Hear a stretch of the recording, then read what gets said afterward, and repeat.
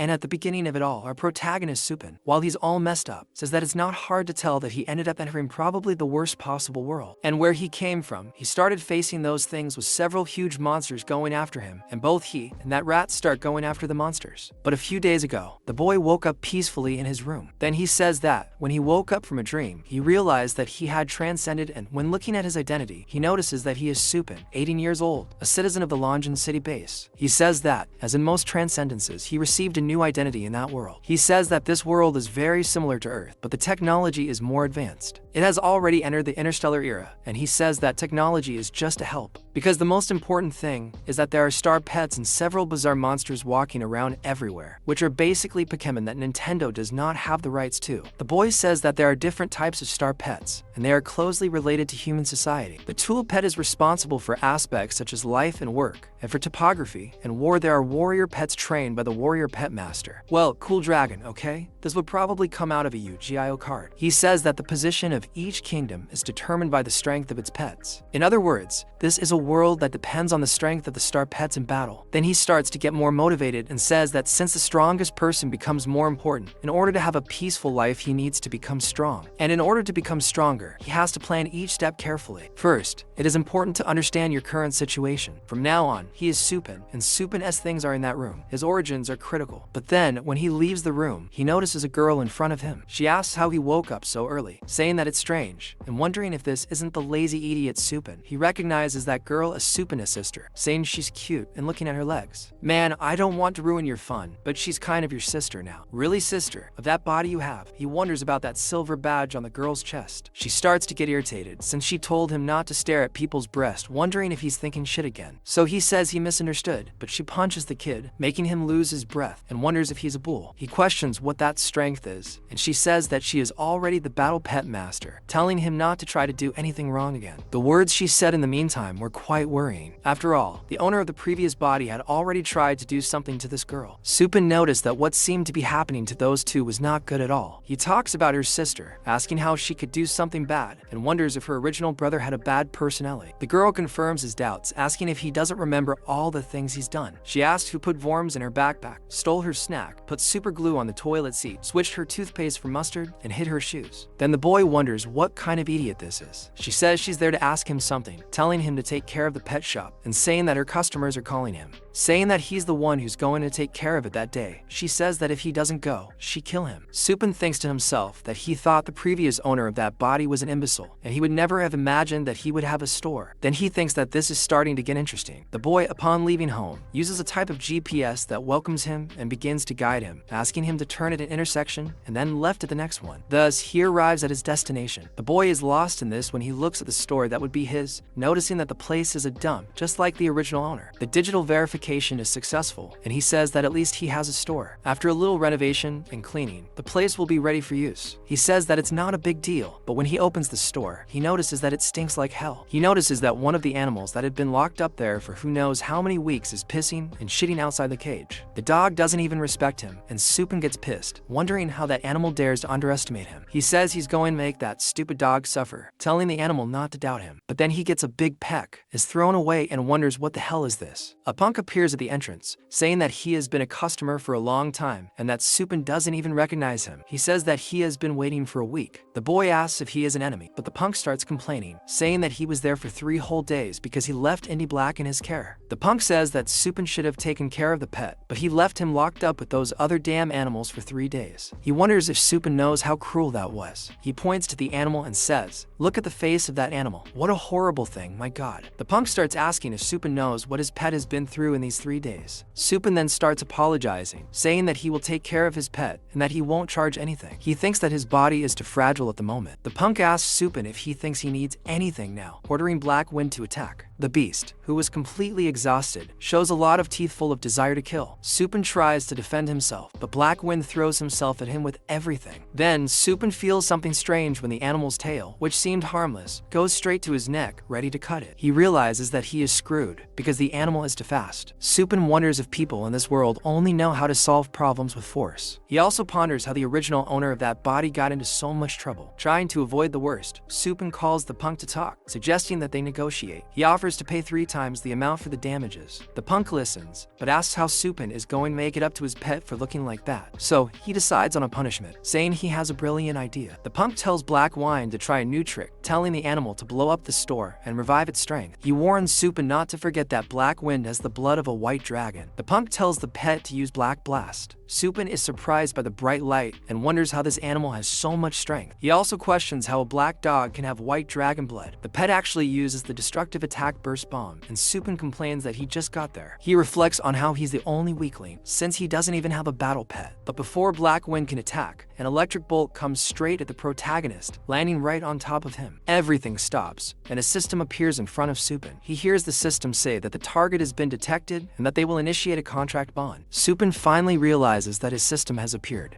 and it's time for the hack. However, the system, which won't give anything good to this kid, links to Supin's store. He wonders what the hell this is, because the store is his link. So, the system inside the boy's body appears, and he wonders what that is. Super Goddess bonding system tells the boy that the shop is now immune to damage, and any attacks this time will be ineffective against it. The boy is surprised by this, wondering if this doesn't make him invincible. But he wonders if the object of the bond isn't just the shop. The system responds that it forgot to mention something. The store owner is also linked. Supin tells the system to be more professional. Time starts to run again, while the monster continues to attack. The punk orders Black Wind to finish it off once and for all, but when the monster is about to release its blast, Supin simply grabs the monster's mouth, locking it. He questions what the monster is doing in his store, squeezing it with an absurd amount of force that makes the monster's eyes bulge. Supin tells the thing to swallow the attack back, and the creature is all cornered, crying. Then he asks the punk if he has any complaints about his services. The punk, scared to death, says he doesn't. After all, that guy managed to stop Black Wind with his bare hand. He comments that he's never heard of a master of that level around there. Supin says that since he has no complaints, he can let Black Wind stay in the store for a few more days. He promises to take good care of him, with a rather murderous look in his eyes. The punk, terrified, tells the animal to run away, saying that if they don't leave, they'll end up dead. Supin asks why they ran away so quickly, wondering if he is really that scary. The system replies that whenever he encounters problems in the store, he will be granted permission to recharge the store's status. He obviously takes advantage of this, saying that he didn't expect the system to be so attentive. Everything starts to be restored, and the place is completely clean. He notices that the store has been refilled and comments that he loves it. Supin then goes to another area of the store, where he sees 2 pets lying down. He is surprised that it is a pet grid, but wonders why the pet seems smaller than he remembered. The system explains that it is a pet nutrition slot, where pets and nutrition are adjusted to the standard size. It also informs that there are 7 out of 9 slots remaining, and the current effect is level 1, providing training provision and a little healing effect for pets. Supin asks if this is a good thing, and wonders what would happen if that stupid dog decided to shit in there. The system reassures him, explaining that the pets in the nutrition tank are in the cultivation stage, and therefore do not feel hungry, thirsty, or need to defecate. The boy realizes that both pets must be fed by customers, and asks the system what he should do to prevent future problems. However, the system ignores him and congratulates Rosh for activating the main quest. The main mission is to choose a pet and train it to level 3 or higher. Supin comments that not even the main mission is automatic, reinforcing that the system is really not trustworthy. He chooses the lightning rat, justifying that he doesn't get along with moondogs. Thus, the level 1 lightning rat, the elemental pet of thunder, is chosen. The critter's ability is described as Fafura, and Supin immediately wonders what the hell this ability is. He complains that he expected a thunder shock from a lightning rat.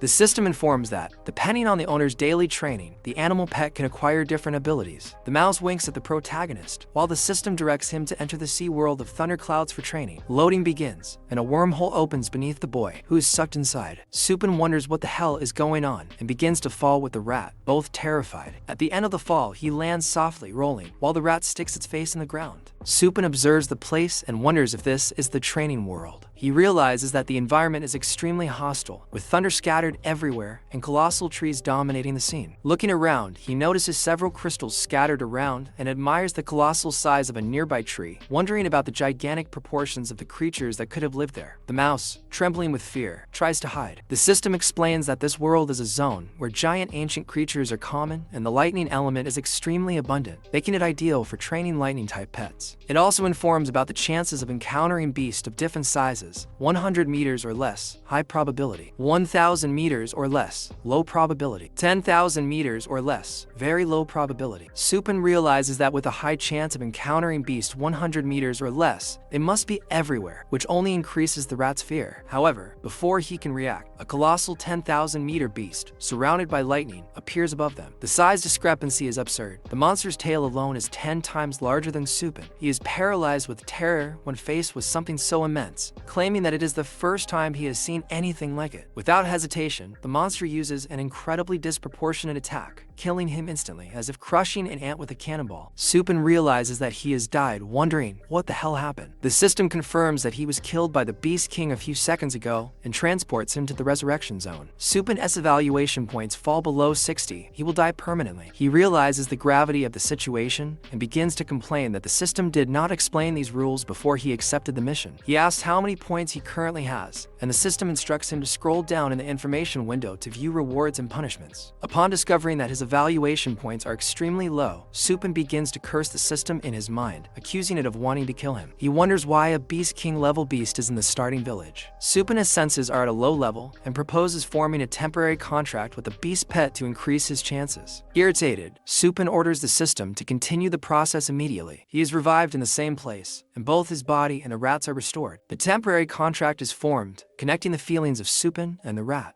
If Supin was not feeling well, the system would guide him to adapt, wishing him good luck in his exploration. Observing the environment, he spots a wild horse grazing calmly and concludes that its threat level is not high, seeing an opportunity there. However, the mouse begins to tremble in fear, which Supin notices thanks to the contract between them. He deduces that some danger is close, and shortly after, a gigantic centipede appears out of nowhere, snapping at the horse and killing it with a single bite. The creature is identified as a beast less than 100 meters long, a young sandworm, which quickly devours the horse. Supin, upon noticing the rat's behavior, comments that he had already foreseen the danger. Determined, he decides to attack and orders the rat to use its headbutt against the creature. The rat reluctantly steps forward and hits the worm with its head, but the impact has no effect on the worm, which continues to eat without realizing it. Curious, the monster looks back, confused about what happened, while the rat ends up dying in the process. The system announces that the rat has died due to head trauma, but has learned a new ability, Charge. Supin laughs at the absurd situation and takes the chance to revive the rat, noting that, fortunately, he can do so an infinite number of times. He believes that, even with the monster's high HP, they can defeat it with repeated attacks. After reviving the rat, Supin adjusts his strategy. He orders the rat to use all its speed to approach from the sides, attacking the abdomen and the least protected part of the shell. This time, the rat manages to inflict significant damage before being crushed again. The process of reviving and attacking is repeated countless times, transforming the rat into an increasingly resilient and skilled creature. The system informs that, due to the environment rich in electricity, the charge ability has evolved into lightning charge, which adds electrical energy to the attack. With his new ability, the rat unleashes a devastating attack. A whirlwind of electricity engulfs his body as he lunges at the young worm, splitting it in half with a single blow. However, the rat is left exhausted after the attack, unable to use it again for the time being. The system announces that the rat's combat skill has almost reached level 2. Supin congratulates him on his good work and decides to let him rest before looking for new prey. Before he can prepare himself, the ground begins to shake violently. From the ground, several adult sandworms emerge, each over 10 meters long. Supin realizes the extent of the problem when one of the creatures attacks them, knocking them away. He falls to the ground bleeding and concludes that dealing with an adult sandworm will be much more difficult than dealing with the young one they just defeated.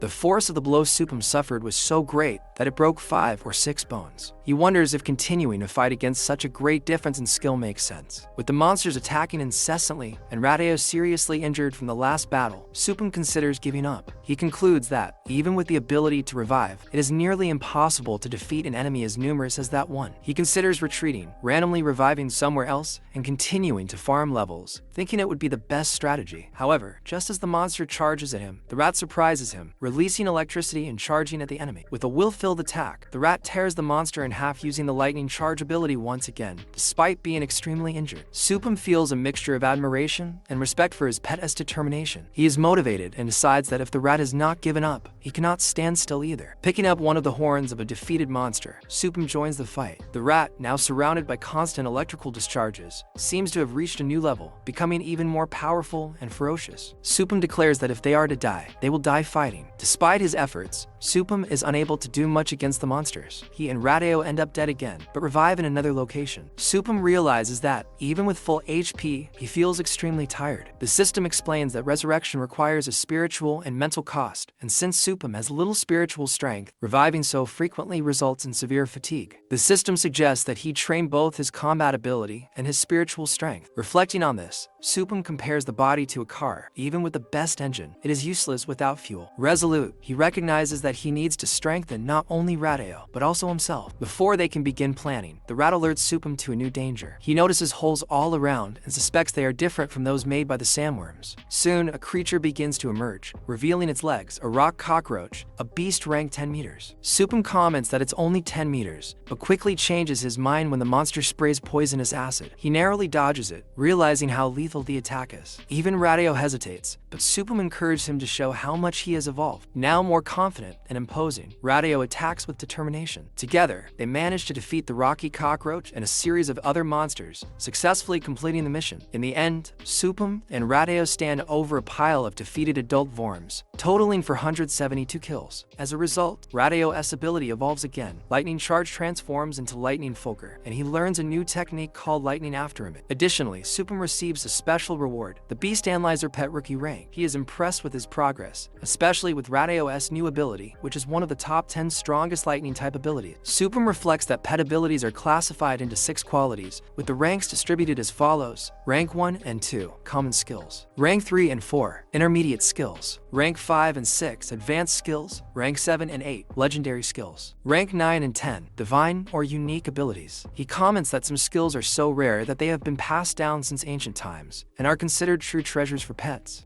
These special skills are called secret skills, and the methods for learning them have been lost over time. Only the most talented pets can master them on their own. The system reminds Supam that the sea world of thunderclouds has an extremely high density of the lightning element, and that Radeo, after countless battles between life and death, has awakened its full potential. Therefore, it should come as no surprise that it has learned a secret skill. Supam thinks about it and agrees, telling the system to return him to the sea world quickly. However, the system informs him that the cultivation panel is closing and that he will be disconnected from the sea world. The system also informs him that the temporary contract with the pet beast will be removed, and so Supam returns to his shop. Soon after, a hologram of John Toibo appears, announcing that the time has come for the Phoenix Mountain Academy Star Pet Tournament, which is in the final round of the preliminaries. He wonders how many students will emerge victorious this year, and who will be crowned the Star Pet Master Student. Highlighting the possible candidates, Yerhao, Zhang Zuan, and Zhang Zhao, a girl in the audience, Su Yanlin, a third-year master pet, hears the comments and becomes disheartened. She laments her bad luck in the preliminaries, where she lost to Zuan and Yerhao, who are favorites for the title. In the final round, she will have to face Zhang Zhao, and will only be able to use her Hadai, which, according to her, does not have any combat ability. Determined to keep fighting, Su Yanlin decides to go to Supam's shop to pick up her pet before the agreed deadline. When she gets there, she notices that the shop is almost closing and, relieved to have arrived on time, calls out to Supam. When he appears, she greets him and asks about Hadai, wanting to know if he is okay. Supam recognizes that she is the owner of Hadai and asks why she came earlier than agreed, reminding her to pay the additional amount for the advance. Yu Yanlin, surprised by Supam's behavior, assures him that she will pay as agreed, without any reductions, and wonders if he is angry for some reason. Ignoring the girl's discomfort, Supam goes to get Hadai, who, upon seeing him, is extremely happy. Supam tells Hadai to wake up, saying that it is time to go home with his owner, but asks him not to forget about him. The little animal, excited, wags its tail as a way of thanking him. After Su Yanlin transfers the payment, the system informs that the money has been detected, unlocking the shop. Supam receives a new quest titled Chaos Spirit Pool for Incubation, with a 7-day limit to feed a pet that belongs to him. The reward will be a random skill book on warrior tamers, while the punishment, if failed, will be a decrease in the host rating, and death if the rating reaches 0. The system suggests that Supam buy an awakening potion, which will transform him into a taming warrior. He is surprised to discover that he will be able to become a battle trainer, opening up new possibilities for his future.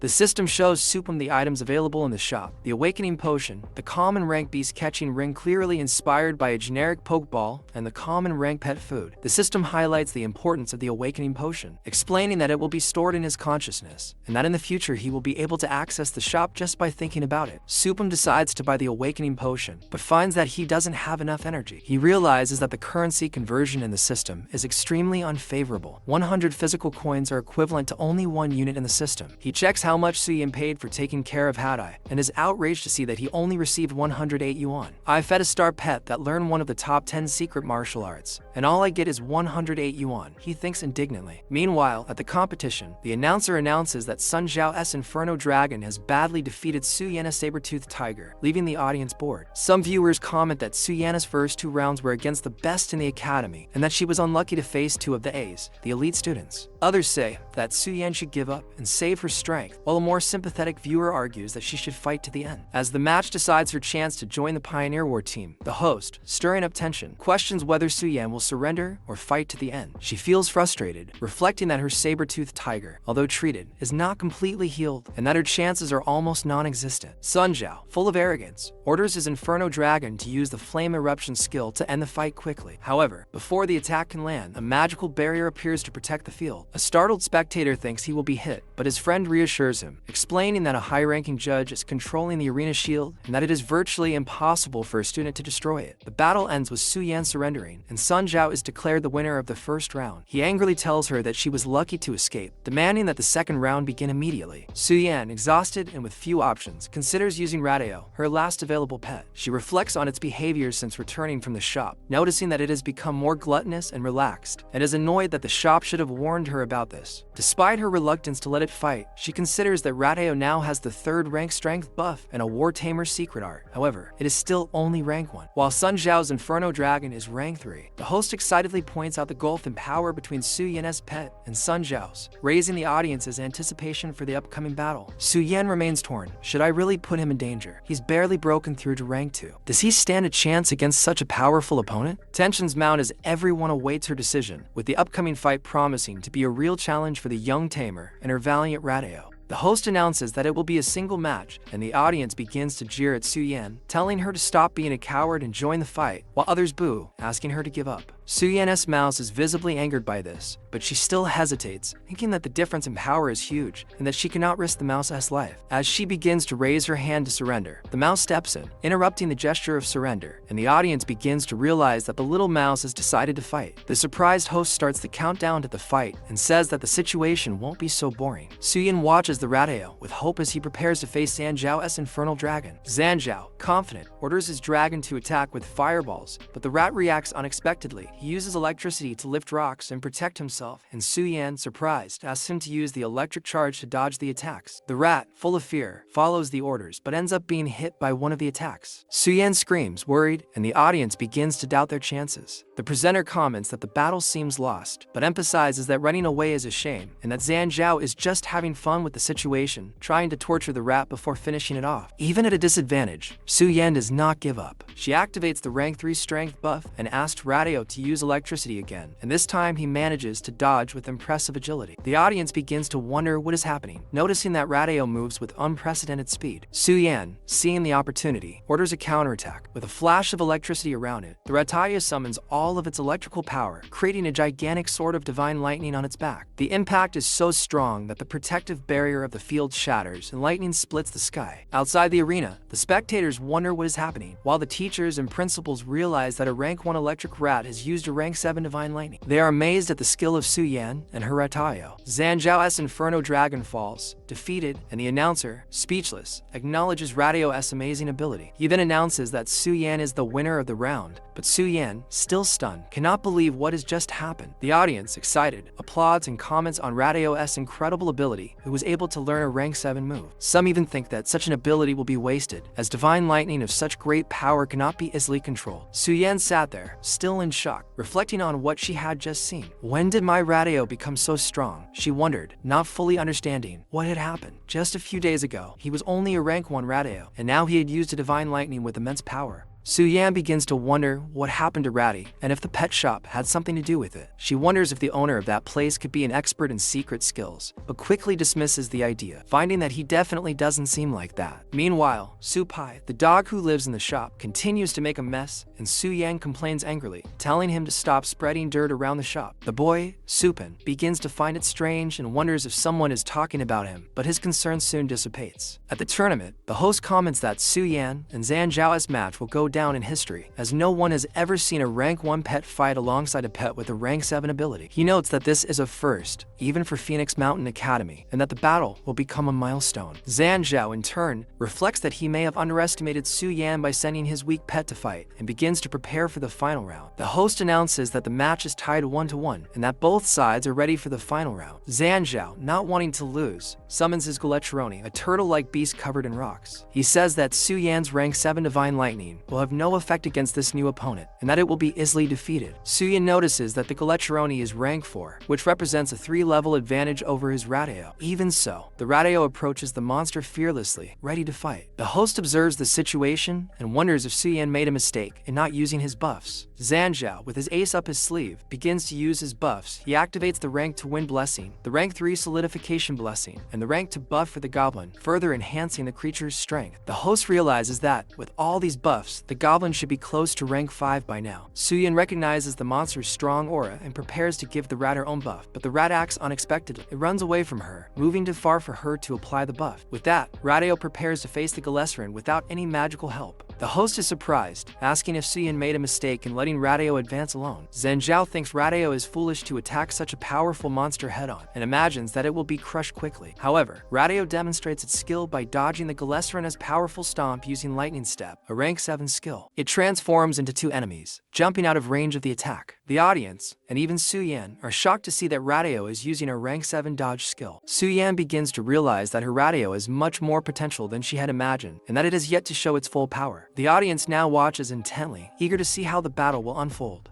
The Rateo does not hesitate and decides not to attack the Galecheroni directly. Instead, it advances towards Zhan Zhao, determined to attack the trainer and secure victory. Remembering the protagonist's words, the Rateo focuses on using sneak attack as it prepares to attack, prioritizing the weakest target to reduce the enemy's power. It follows the instructions and goes after Zhan Zhao. Zhan Zhao, surprised and frightened, tries to defend himself by activating his rank 3 shield, but the rat tail wastes no time. He uses Lightning Slash, summoning a wave of lightning that fills the arena, surprising everyone. Zhan Zhao's shield is instantly destroyed, and everyone wonders if he survived the attack. Luckily, the Windberg God, a judge of the tournament, quickly intervenes, catching Zhan Zhao, who appears to have lost consciousness after the blow. The announcer declares Zhan Zhao as the loser of the 3rd round, and Su Yan is announced as the winner of the match, even though she didn't do much. Su Yan is surprised by what happened, still processing her victory. She realizes that the rat not only used the lightning strike, but also learned the lightning afterimage ability, and begins to wonder if the pet shop owner was responsible for this. She is surprised that the pet shop expert would do something so unexpected, but she also wonders how the boy looks so ordinary despite being, possibly, an expert. Meanwhile, the protagonist is at home pondering how to earn over 7,000 coins in 7 days. He knows that fostering pets will not be enough, and then remembers the system, which explained to him the 3 types of services available: fostering, lending, and selling pet food. The system explains that he cannot use the pet lending service, as he does not yet have a pet of his own, and the food selling service requires him to personally collect the food, with the price based on the quality of the items found. The protagonist thinks that the first type of service is not useful for making quick money, and the second type is beyond his ability, so he turns to the 3rd type. He asks the system whether it is possible to obtain pet food in cultivation areas or whether he needs to go to dangerous places like the Thundersea World. The system responds that all cultivation areas have food, with the Sea World being just one of the high-rank cultivation areas. It also adds that depending on the level of the area, more precious food can be collected. The boy reflects on the first 3 days spent in the cultivation area, where he was just playing with the mouse without collecting anything of value. Now he realizes that this was not enough, and resolves that for the next 3 days he will focus on becoming a battle trainer in order to collect higher quality food.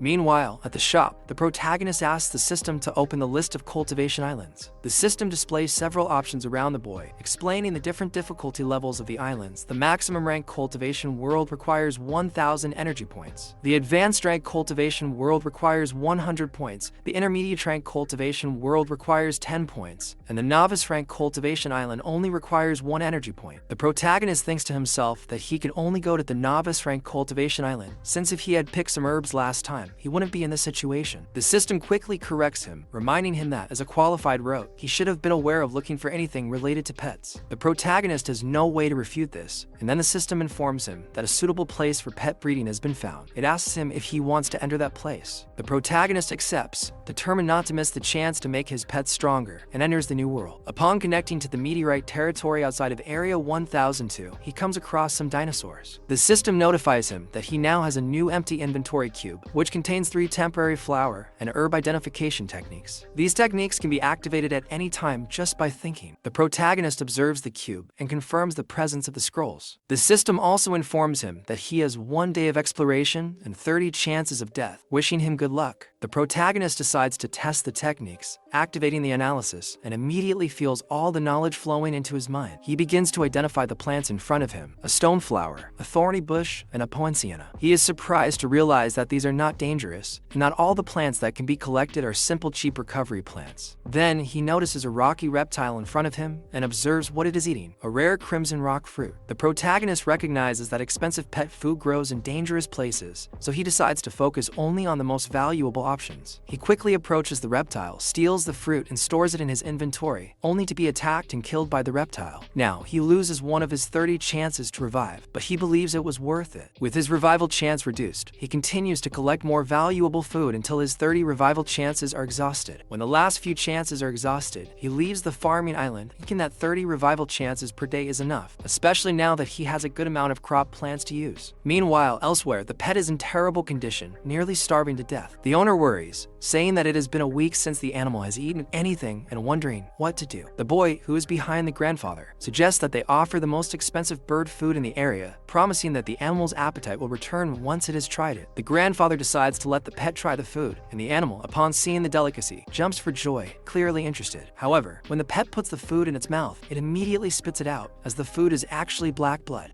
The girl talks to Eugene, commenting that Xiaohu doesn't even eat millet, but that millet may be the rarest food in the world. The boy asks them to quickly contact the advanced hospital in the upper city area, as Xiaohu's condition must be caused by a heart-eating parasite. However, he emphasizes that they cannot wait too long, because if they delay, her heart will be devoured and she will die. Yojin's grandfather asks them to hurry up and call the doctor to examine Xiaohu, but at that moment, his grandmother arrives and says that Xiaohu can be saved. The girl then asks what happened and if Xiaohu is sick. The grandfather notices that Xiaohu is eating something and immediately becomes more active, which makes everyone feel relieved. The old woman explains that the situation is exactly as the store owner had said. Crimson birds are pure and strict, and if the pet's food has very different attributes, it can cause the animal to lose its appetite or even reverse its blood in more severe cases. She also explains that if the crimson bird eats the crimson rock fruit for a while, the situation will improve. If the problem persists, she should come back to consult them again. The girl begins to realize that they gave the wrong food to the pet, but Yojin interrupts her, telling her that she shouldn't listen to the boss's nonsense, as he has never heard that pet food needs to have the correct attribute. He then asks the grandmother how much she paid for the pet food, and she replies that she paid 130 per grain. Yojin notices that the can contains 12 grains, which means that the food costs 1,500. The girl is surprised, questioning how something so expensive could be sold there, and if it wasn't black market food. She mentions that she heard that some black markets use a special chemical mixture in pet food, which makes the product tastier. Once the pet starts eating, it won't stop until it's finished. However, after some time, if the pet doesn't eat any more of the food, it goes into a state of rage and dies. The grandfather is shocked to see his pet happily eating the food, but Yojin questions where exactly the food was bought. He asks the name of the store, and the grandmother replies that it's the Xiaodaoqi pet store, the same place as the protagonist. Yojin walks up to the store's door, calling it a black market, and demands that the protagonist be honest and explain what he puts in the food he sells. The protagonist and his grandmother just watch Yojin's show, and the protagonist thinks about the aforementioned pet food, since he has only sold one so far. He wonders if the problem lies with the crimson rock fruit, and quickly explains that his store's pet foods are pure and do not use any chemicals. He then asks if there were any adverse reactions after the crimson bird consumed the food. Yojin doesn't believe him and questions the protagonist about his claim that the food is safe. He challenges the store owner, asking how it is possible for the pet to eat the food non-stop if it really has no negative effects. He demands a proper explanation. At this point, other people start to gather, commenting that they already knew there was something wrong with the store. They remember that last time the store's floor was covered in feces, and now they are selling pet food at an exorbitant price. Some say they have never heard of pet food like this before and question whether the store is part of a black market. When Yojin accuses the protagonist of putting chemicals in the pet food, he becomes visibly angry. Yojin tells the store owner not to waste time explaining and suggests that he call a friend from the pet association to investigate the establishment. The protagonist, furious, questions how dare they call his store a black market. He stands up, scaring the girl, and challenges the accusers to present evidence before they go out making unfounded accusations. The girl notices that the protagonist has suddenly become much stronger, which surprises her. Yojin, already nervous, asks how dare he touch his little sister, threatening him and grabbing his neck tightly. However, the protagonist simply uses his aura to crush his hand into several pieces, causing Yojin to scream in pain as his hand seems to curl up like an old headphone cord. He wonders aloud how the protagonist suddenly became so strong. The system warns the protagonist about a temporary mission. His store is being accused, and he must prove that the pet food is okay, protecting the store's reputation. The protagonist calms down and reflects on how losing the store's reputation could affect its customer flow. Then he talks to everyone, assuring them that the pet food is okay, and that, since there are so many suspicions, he is willing to show the truth. One of the women asks what he has to show, since his shop has been exposed as a black market. They insist that he close the shop, stating that it has already been exposed, as if it were all a matter of their opinion. The protagonist, angrily, immediately tells everyone to shut up, creating a tense silence. He then asks if any of them have ever bought low-rank food for water tribute pets, to which Yojin's sister replies that they have. He orders her to summon the water seal, and the girl quickly summons it. The protagonist goes to Yojin with a piece of food in hand and reveals that if the fruit is of blue essence and contains a chemical mixture, it will have a revealing effect when consumed by the pet. When the seal eats the fruit, it immediately feels happier, which draws the attention of everyone around. They begin to question each other about the fruit, commenting that it looks similar to a blue-skinned fruit sold in higher-ranking pet stores, used to cure constipation. The seal begins to summon a huge aura, forming a bubble of water that explodes and sprays water everywhere. The spectators wonder what is happening, as this could mean that the seal has leveled up. Yojin is surprised, realizing that the seal has actually leveled up, becoming a sea seal. The protagonist thinks to himself that the blue essence fruit has the power to make low-ranking pets of the water tribe level up. He begins to reflect that the food in his shop is not fake, and that the seal has leveled up, but its combat ability has only increased by half a rank. This makes him realize that the quality of pet food may be something to be considered. The smaller the increase in combat ability, the worse the quality will be. And if the increase is significant, the quality will be good. In addition, the bloodline also has different ranks, and the pollution in the rank of that bloodline indicates its age. The pet's level directly influences the bloodline, and the combat ability acquired naturally can increase the rank of the bloodline. For example, if the sea seal has a rank 3 bloodline, even without nourishment, it will naturally become stronger as it grows, reaching rank 3 combat ability. However, if the goal is to continue improving its combat abilities, nourishment will be necessary. Everyone notices that the seal has leveled up, and they begin to wonder if this leveling up process really has become easy. The seal, all excited, becomes visibly happy, and Eugene realizes that there is no doubt that the seal has successfully leveled up. However, he remembers that he heard about a special item that can increase a pet's level, and knows that this type of item only appeared in the Federal Pioneers' War storage. This makes him consider that the protagonist's background is impressive. The girl next to him begins to question whether the seal really leveled up, or if the protagonist traded it for another one. The protagonist becomes irritated, thinking that this girl is really stupid. She then talks to her brother, and Eugene apologizes, saying that he was wrong, and that they should ask the protagonist for forgiveness. The protagonist, in turn, informs them that the item cost 8,700 per unit, with no possibility of negotiation and no discount. They agree and ask Xiaoyu to pay, but she is sad about wasting her money. Eugene, upon seeing the price, thinks that 8,700 for an item that can level up a pet is a great deal. He is excited, considering the price to be cheap. The protagonist, however, thinks that the price is still too low, considering that he risked his life to obtain that pet food. So, he asks the system if the price can be increased, since those pet foods are of excellent quality. The system responds that the price is reasonable and cannot be changed, and also instructs the protagonist to reprimand people, warning them only once. The protagonist explains that the sea seal needs to consume 7 wedding heart leaves to increase its abilities, and the crimson bird needs crimson rock fruits to recover. He then recommends that they buy more. Eugene immediately asks his sister to pay. Everyone starts to wonder if such a low price can really have such an effective effect, and if this is a promotion. Some are already starting to be interested in buying more, wanting to take advantage of the low price to level up their own pets. The protagonist asks everyone to calm down, limiting the purchased to 1 per person. Sometime later, the system detects that the host account has 31,500 yuan, which has been converted into 315 energy points. The temporary mission has been completed, and he has been rewarded with a chance to enter a cultivation island for 5 days. He feels relieved, thinking that he has finally escaped poverty and that he can now buy the awakening potion. He tells the system to open the shop and goes straight for the awakening potion, spending 100 energy points. He wonders if a single small bottle will really be effective, but decides it doesn't matter since he already bought it and might as well make the most of it. After drinking the potion, he collapses, becoming completely exhausted. The protagonist feels intense pain, almost taking his mind out of his body. He begins to see a meteor shower that takes some pods into his body, rebuilding it. Then, in the real world, he finally manages to wake up, and his body glows a radiant gold. He thinks to himself that he is now a battle pet trainer. Looking back, he simply catches the wings of a fly with his fingers, reflecting on his new reaction speed as a battle pet trainer. The system warns that he only has 215 energy points left and asks if he wants to upgrade the pure chaos race spirit lake. The system then gives an overly long description of everything that is required, but the protagonist thinks that if he does not upgrade, he will have a better chance of breeding, but the highest rank would only be average, which would still make him weak. However, if he upgrades, he will have a better chance of obtaining a high rank star pet. Deciding, he takes the risk and spends 100 energy points to upgrade. The system then creates a pure chaos race spirit of rank 2. The protagonist observes the formation and sees that its remaining energy is only 115 points. He knows that everything depends on this last chance, so he presses the procreate button without hesitation.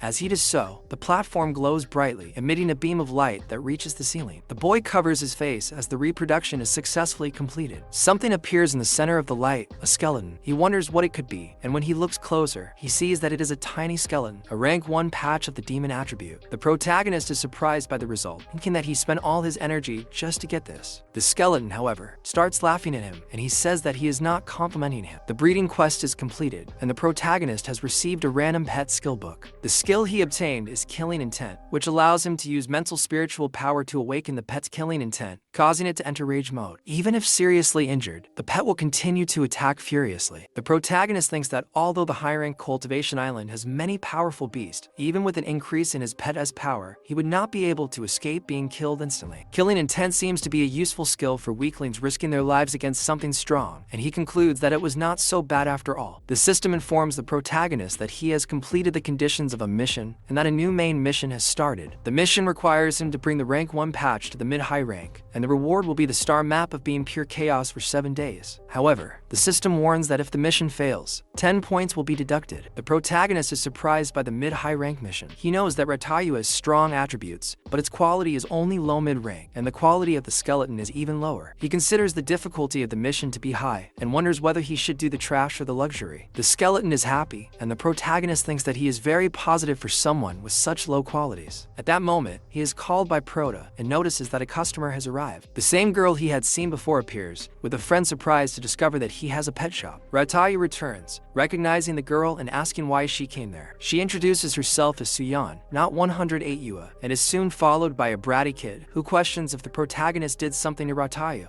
The protagonist realizes that the fight was quite different from what he imagined. He begins to wonder if the patch might have something to do with it, mentioning that they didn't do much, just walking around doing some exercises. He states that maybe it's just Suyan's imagination, asking if that's not true for Ratayu. Ratayu is completely scared, agreeing with the protagonist. Suyan then thinks that Ratayu wasn't afraid of the rank for Hell Dragon, but still, in front of the boss, he is shaking. She begins to think that, with just a few exercises, the boss nurtured Ratayu. The boy, with an unfriendly expression, says that if Ratayu has time, they can do more exercises. However, Suyan wonders if he is already rank 5 now. She thinks that the pressure she feels must be from rank 6 or something higher. Her friend then approaches and comments that the boss doesn't seem that special. She says that the shop is small and not famous, asking if Suyan is sure that this is really the shop. Suyan tells her friend to be quiet, stating that it is not convenient to explain at this time. Even so, she admits that the boss could be rank 6, and that if they provoke him, they could both end up dead. The friend asks how Suyan knows that. Prota actually just became a rank 1 battle trainer, and he thinks that the system didn't publish a temporary mission, so it probably doesn't have anything to do with the patch. The protagonist asks if the girls are there to complain about the price, but Suyan is surprised by his expression. He looks completely different, much more intimidating now. now. Suyeon begins to think that if Ratatouille has become so strong thanks to his nourishment, then how could it be worth only 108 yuan? She begins to think that her boss is testing her sincerity. Opening her wallet, she offers another 1,000 yuan, but the transfer is immediately cancelled. She becomes confused and asks what is going on, while her friend reprimands her, telling her to stop joking around. Suyeon then tries again, offering 5,000 yuan, but the transfer is cancelled again. She realizes that it is still not enough and keeps trying, putting in even more money. Suyeon asks what the protagonist is doing since he keeps rejecting the transfers. She tells him that she needs his help, explaining that this is important to her. So, she tries again, thinking that some people say that you have to lose to win, and this could be her chance to become friends with an artist. She transfers 10,000 yuan, but the failure persists. The protagonist's expression becomes increasingly unhappy, and Suyeon continues to put in more money. She tries to transfer 100 yuan, but the protagonist is surprised and asks her to accept it right away. However, the system does not allow the transfer due to a restriction that prevents him from receiving money beyond the store sales. The transfer is automatically rejected once again, and he begins to get irritated by the situation. Suyeon, desperate, thinks that it is still not enough and says that she has no more money. She asks him to reduce the price, but he responds by saying that he does not need to pay. He just asks her to let him know if she needs anything. He says this while thinking that if she keeps trying to transfer money, he will get even more angry with the system. Suyeon begins to think that he doesn't want a dime and becomes emotional. She realizes that some young people with power are different from fame and fortune. She thinks that maybe he really is someone special and says that in a few days she will actually need to participate in a battle. But her other pets are severely injured, so she puts all her faith in Ratatouille, asking him to nurture her other pets. For 3 more days, the protagonist notices that Ratatouille is back. He decides that it is more convenient to train the little skeleton now. The system then informs that it has been detected that the client has requested nutrition, and the protagonist must open the nutrition service for novice rank pets. The host can accept commissions according to the price of the nutrition service. For rank 1 pets, the price is between 3 to 10,000 yuan, and the price increases according to the rank of the pet. The boy is surprised that pet nutrition can't make that much money, but he thinks that at the moment, he can only accept commissions from pets of rank 3 or lower. He then tells him the price of the nutrition, 10,000 yuan for 3 days, and Suyeon is surprised. She comments that although it's not cheap, it's worth it, since Ratatouille will be as it was before. She then remembers that she was thinking wrong, as this is no ordinary nutrition. She will be the main beneficiary, so she says she agrees, praising the store for its honesty. She confesses that in the past she didn't know this, and ended up missing out on the nutrition opportunity, which she considers a waste. With that, the 10,000 yuan is transferred to the protagonist account, converting into 100 energy points. He then asks if she needs any other services besides nutrition, also offering care and injury treatment services for pets. Suyeon is surprised, saying that Starpet's hospitals are much more expensive than care services. She then decides to hire the care service as well. The protagonist asks her to summon the pets that need the service. Suyeon then summons the 3 pets, and he thinks that he is in a very tight financial situation. The system notifies him that the care service has been requested, and in order to ensure that the store's reputation is not affected, it is recommended that the host improve the care service area. The protagonist wonders what the system means by the store's reputation being affected. The system then explains that the initial care service slots are made from spirit stone scraps, and that the spiritual energy in them is weak. These slots, while cheap, have a weak effect on the pet's growth, and there is a high chance of mutations occurring in the pets. The protagonist becomes frustrated and decides to upgrade the service slot by purchasing 3 more slots. The purchase is successful, and 50 energy points are deducted. He now has 5 care slots available, out of a total of 9. The system informs that the care service costs 100 yuan per hour, and rank to spaces will not cause mutations, but each space will require 1 energy point per day. If the energy points are not enough for maintenance, the service spaces will disappear. The system warns him to purchase carefully. The protagonist almost spits blood upon hearing this. Suyeon asks what happened, but he replies that it is nothing, although he warns that the care service for the 3 pets will cost 21,601 yuan. He asks her to pay immediately. Suyeon becomes uncomfortable, thinking that the boss is being creepy, while her friend also comments that he is strange. With all the pets placed in the care space, the system informs that the transfer has been converted into 216 energy points, and now it has 291 energy points. The system also notifies that a beast nurturing mission has been activated. The requirement to complete the mission is that the store must be excellent, and the protagonist must make a customer's pet reach twice or more of the original combat ability. The reward for the mission will be a novice rank power pill 3 units, and the mission duration will be 3 days.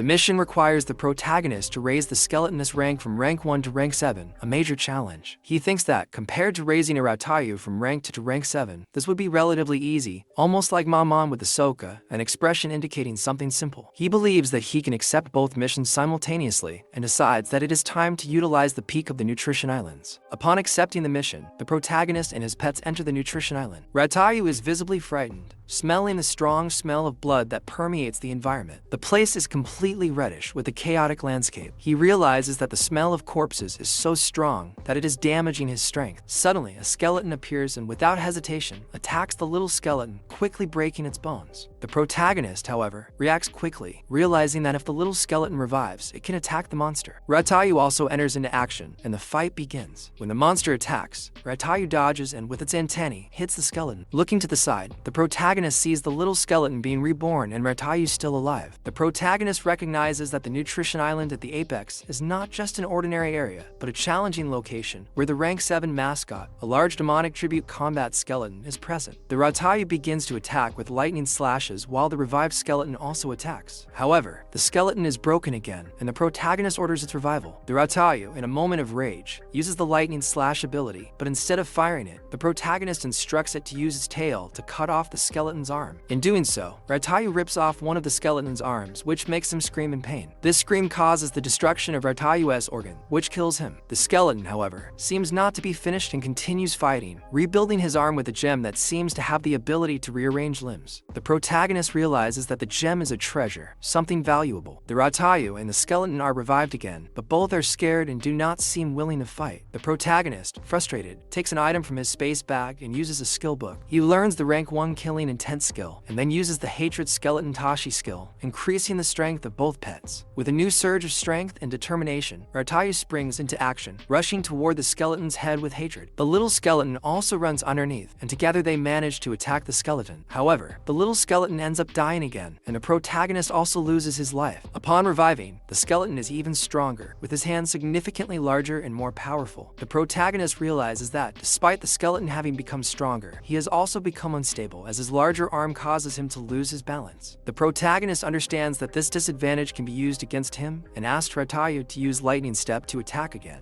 The protagonist divides his actions into two parts. He instructs Rautayu to use Lightning Cutter on the skeleton's leg and spine, while the little skeleton prepares to grab the gem. Rautayu follows the orders and hits the skeleton's to vital points, making it fall. When the skeleton's head falls along with the gem, the little skeleton tries to grab the jewel, but cannot hold it correctly, feeling a strong pain when touching it. Rautayu finishes off the monster, and the protagonist notices that his combat ability is almost reaching rank 3. He notices the improved Lightning Step ability, which is now called Sequential Lightning Step. With this ability, he can use the power of lightning to create two clones, with a small chance of creating a third. He considers this to be an excellent addition. Meanwhile, the little skeleton, who now has the gem, watches the protagonist. The system explains that only pets with the demonic attribute have the ability to devour others of their kind to become stronger. The little skeleton consumes the gem and immediately, its body changes, becoming stronger and even gaining a bone sword. Its combat ability increases, and it learns the novice rank sword technique. The protagonist feels satisfied, as he had planned for Rautayu to do most of the work, but seeing the little skeleton benefiting in this way, it is pleased with the unexpected profit. At that moment, he decides to rip off the head of the defeated skeleton, but as he does so, several magic circles begin to appear around him, and a colossal monster materializes. The protagonist is surprised to see the creature, which looks human, but with bizarre and enormous proportions, as if it were a woman with giant airbags. He tries to analyze the monster's file, but finds no information about it, such as its name or attributes, which indicates that it is a very high-level creature. Realizing the monster's power, the protagonist wonders if it might be possible to find a top-ranked treasure there. However, before he can act, the monster raises a finger and steals his soul, killing him instantly. With a simple wave of its hand, all three of the protagonist's pets die as well. The protagonist feels as if he is going to the light, and then realizes that he has truly died. He tries to start a conversation with the monster, asking if it is the end of that place and if it has intelligence. The monster just looks back and opens its mouth, stealing all of the protagonist's life energy. Even though he asks to say say more. He is already dead. The system asks if he wants to continue reviving, and the protagonist, frustrated by wasting so much time, decides to revive at a random location, ignoring the situation. Upon reviving, he finds himself in a new place, which is eerily quiet. As he looks around, he notices several monsters below him. One of them, to his surprise, is the same human creature that had killed him earlier. The creature quickly recognizes him, becoming visibly frightened. It begins calling out to the other monsters, and the protagonist realizes that things have gone very wrong. He is quickly captured and taken to what appears to be the king of all those monsters, a gigantic creature. The monster asks who he is and how he got there, giving him only 3 seconds to answer. The protagonist is facing a gigantic army of monsters, feeling the overwhelming pressure of the moment. He decides to remain calm and confidently says that he is just there for a walk. He realizes that the monster did not kill him immediately and asked what it wants. As he reflects, the protagonist realizes that if he dies, he can always revive, and that if he is immobilized, he will not be able to use his revive ability. If he wastes too much time, he will not be able to complete the mission in time. The skeleton in front of him watches him intensely and comments that the protagonist must be someone special, not a simple human. The skeleton demands an answer, making it clear that he will not ask a third question. The protagonist realizes that the skeleton is trying to detect his ability, so he decides to remain calm. He concludes that the skeleton has never seen a human before and does not know about the revival system. He decides to use this to his advantage and confidently declares that he is the most powerful clone of the humans and has come to check if that army posed a threat. He says that if the monsters are dangerous, he will annihilate them all. The army, surprised, accepts the protagonist's words, asking to protect the king. However, the skeleton, with a glow in its eyes, attacks the protagonist and instantly annihilates him, creating a huge hole in the place. The protagonist, however, revives and is attacked in various ways, burned, impaled, torn apart, dying repeatedly, but always returning. He gets used to the instant death and adapts, realizing that, although the skeleton attacks him brutally, he does not feel pain and can revive quickly. The skeleton, perplexed by the protagonist's persistence, begins to question the nature of his existence, wondering what kind of terrifying human invader he really is. The protagonist, while reviving, realizes that the skeleton's jewel could be extremely valuable. He then steals the jewel from the skeleton's ring, disappearing in a teleportation. The skeleton, furious that the protagonist uses the stolen powers at the same time, begins to wonder how the human is able to utilize both of his ultimate lines of abilities, in addition to disappearing from his field of vision. The protagonist, revived again in a random location, addresses the skeleton and defiantly asks if he thought he would continue to die in such an idiotic way. He feels satisfied that he managed to escape after all, so he calls the little skeleton and gives him the gem. The little skeleton is excited about the reward, and the protagonist asks if he liked it, reminding him that he cannot have a battle pet that only consumes bone scraps. He instructs the little skeleton to absorb the gem, as it is now his turn to fight. After reviving several times, the protagonist and the skeleton begin to face the skeleton's army. The skeleton uses his novice rank sword technique, defeating the monsters with ease. The assassination is completed, and the skeleton's combat skill increases to rank 2. The quest progress reaches 46%. Several monsters fall, but then a gigantic monster appears near the protagonist. It approaches and says that they have received a lot of ESP experience points, and tells the skeleton that it will leave the battle to him. The monster goes on the attack, killing other monsters along the way, and the skeleton's combat skill reaches almost rank 6, with only 14 minutes left in the mission. The protagonist finds himself on top of a pile of dead, saying that although they have defeated many, there is still much more to be done.